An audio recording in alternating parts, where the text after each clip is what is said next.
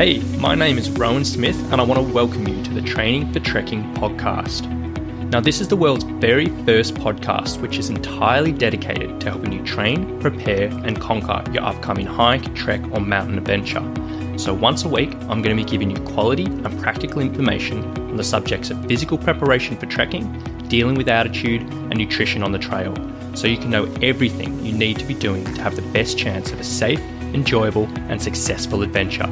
So now you know what you're in for. Let's get into today's episode. Hey guys, so today we are talking about how to avoid the post-trail blues. Now, if you've ever been on a significant hike, trek, or even a long holiday, you will know exactly what I'm talking about when I'm talking about the post-trail blues. It's that feeling when you get back home and you get back to an everyday life and the routine, and you've come in with all this magic and this hope and this great feeling from being on the trail, and you're genuinely this kind of new person, and you try to keep that magic going and life just sucks you back in, and you go back to work and you go back to the same routine and you just feel a bit flat, and then that flatness turns into even worse and you start getting blue and you hate your job and you hate where you live and you start feeling bad about your body and you start regretting all your decisions. And then your way of dealing with that is simply just to start shutting off that time in the trail, trying to forget about it, trying to forget about your adventure and just trying to block it out so you can survive on the daily routine. You can survive in the daily monotony of Groundhog Day, and it's just our way of protecting ourselves. Now, I'm sure you've been through that. I've been through that so many times in my life, and there's been periods where I've been on holidays and backpacking and traveling for months at a time and come back straight into my old job, and it was absolutely mental. I just went through it the other day after I came back from Kokoda, and in all honesty, it took me a good 3-4 weeks after that to really dig myself out of a bit of a rut, and I was still, I was pushing through and I was getting through things and I was still living my life, but I definitely wasn't myself. So today we're going to be talking about how to avoid this and some things that I kind of half-heartedly applied into my life, because it's always sort of do as I say, not as I do. But I know that this stuff does work, because in certain times of my life I've applied this for my clients, I've recommended it, it's helped for them, and I know this stuff will work for you. So I'm going to rattle off a few different strategies which you can put into action in the days, the weeks and the months after you return from the trail, to try to keep things a little bit lighter for you, trying to keep your head in the game, trying to keep some of that magic which you've sort of experienced and changed yourself on the trail and apply it to your everyday life. So to kick things off, this is probably the single most significant tip you can do, is straight away plan your next adventure.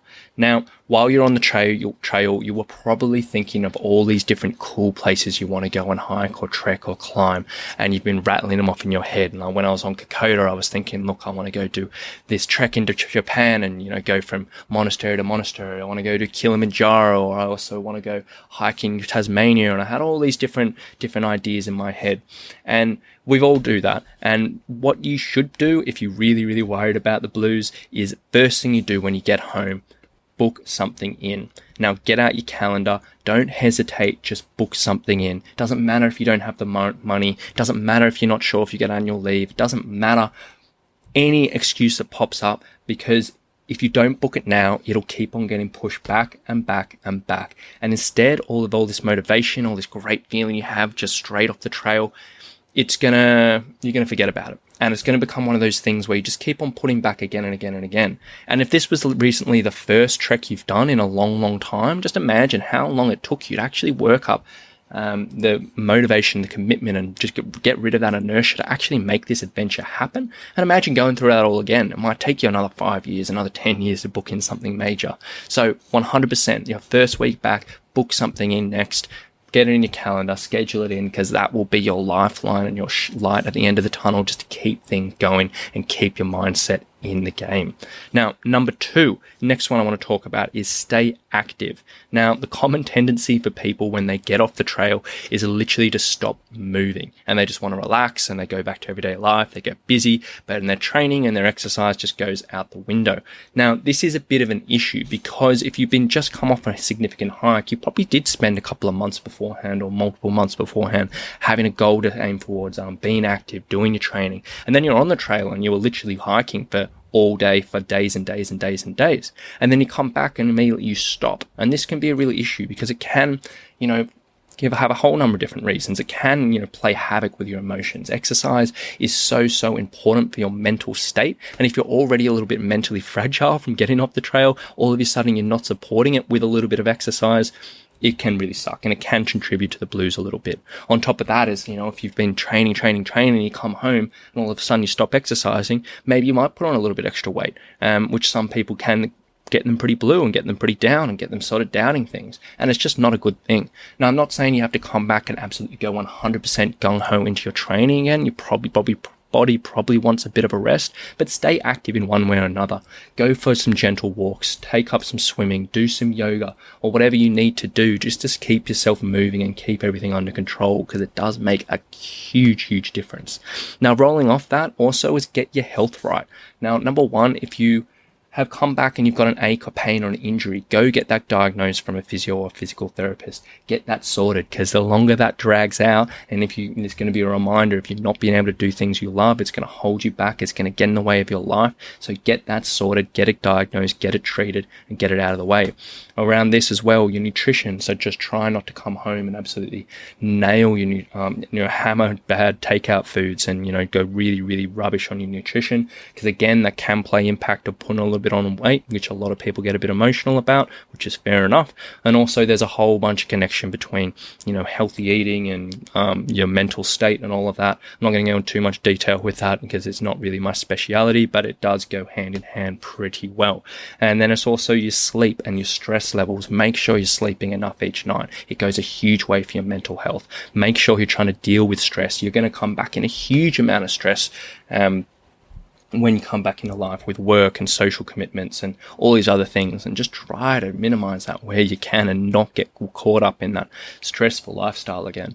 I remember coming back from a holiday when I was living in London. We'd been over in Croatia on a yacht for a couple of weeks, and we came back to London, and me and a mate at the time, we were both working the same gym, and we went out to get a coffee, and this is the first day, and all of a sudden there was ambulances going on everywhere. There were people banging past us on the pavement. All this stuff were going on, and we just looked at each other and we were like, oh my gosh, like what are we doing? Like our stress levels were through the roof, and it really did not do well for our emotional state then. So see what you can do about relieving that.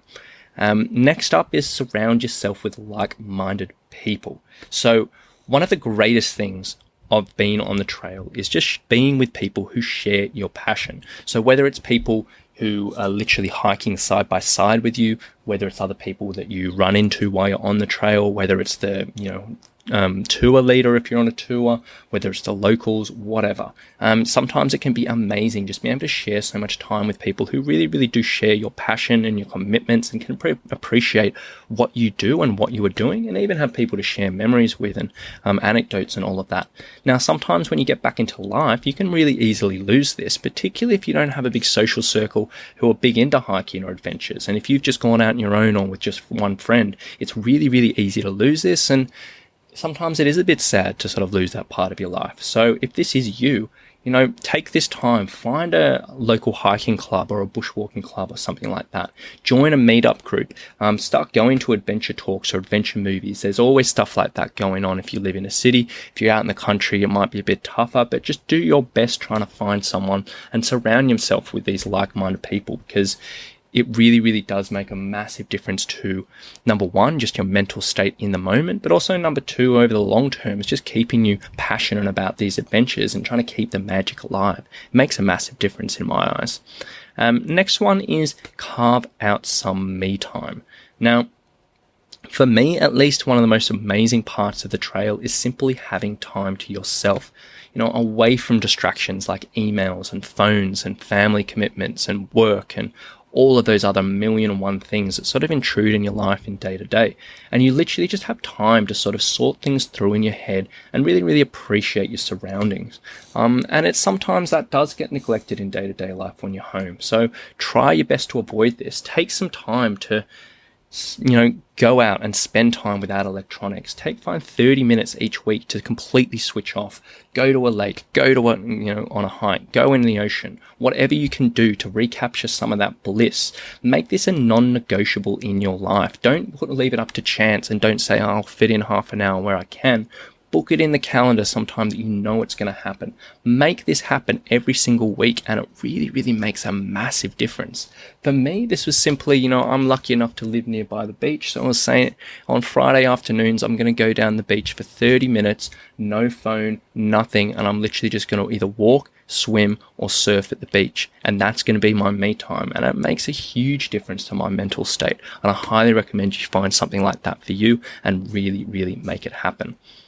And then finally, the last one I want to talk about is make one epiphany happen. Now, when you're on an adventure, and when we all are on adventures, we are full of life epiphanies. When you're walking along, you think of all these things you've always wanted to do or that you're going to do when you get home. You're going to learn a new language. You're going to learn how to play the guitar. You're going to learn how to surf or whatever a serious skill. You can make a serious change in your life, whether it's a job change or a location change or a relationship change or something like that. Whatever it is, we all have them when we're on the trail, and we probably have multiple ones of those every single hour. But then we get home, we get busy, and we just forget about all of them. And unfortunately, it becomes a distant memory, and then literally you will completely forget about them unless you're reading over an old travel diary, which is always, always interesting to do. So instead of letting this happen, instead of you forgetting about it, choose one of these things and make it happen. Do not think about it. Just do it. If you wanted to change your job, put in your resignation. If you wanted to learn a guitar, buy yourself a guitar or sign up for lessons. If you wanted to learn a new language, find yourself a tutor. If you wanted to learn how to run, start running, something like that. But whatever it is, just do it. Because by nailing one of these things, you really can keep the magic alive. And that is half the battle when it comes to avoiding the post-trail blues and also just keeping happy in everyday life. And you can be so, so proud of yourself for following through, because 90% of us probably don't do that in our regular day life. And being able to nail that off the trail, it really does mean quite a bit. But if you are in this situation, whether you've just come off the trail or whether you've got an adventure coming up and you are concerned about what's going to happen afterwards, I highly recommend take some of these, take all of these, whatever, put them into action. Really try your best to stay on top of those blues, because they're not much fun, and you really, really, really want to do everything you can to keep yourself happy, keep that magic alive, and keep everything moving forward in a good way. So I hope you've enjoyed this episode today, guys. As always, I really, really do appreciate you listening. Now, I have a little challenge for you if you have been listening for a while. I would really, really love you to find a Facebook or a hiking Facebook group or a hiking community online or wherever you hang out to learn hiking ideas. I would love for you to find either this episode or your favorite episode of the podcast and share it on that group. Now, main aim behind that is I just want to grow this podcast a little bit more. I want to reach more hikers, and I'd really appreciate you sharing the love around so I can help more people and we can all share the love together. So thanks again for listening today, guys. I really appreciate it, and we'll talk to you very soon. Bye.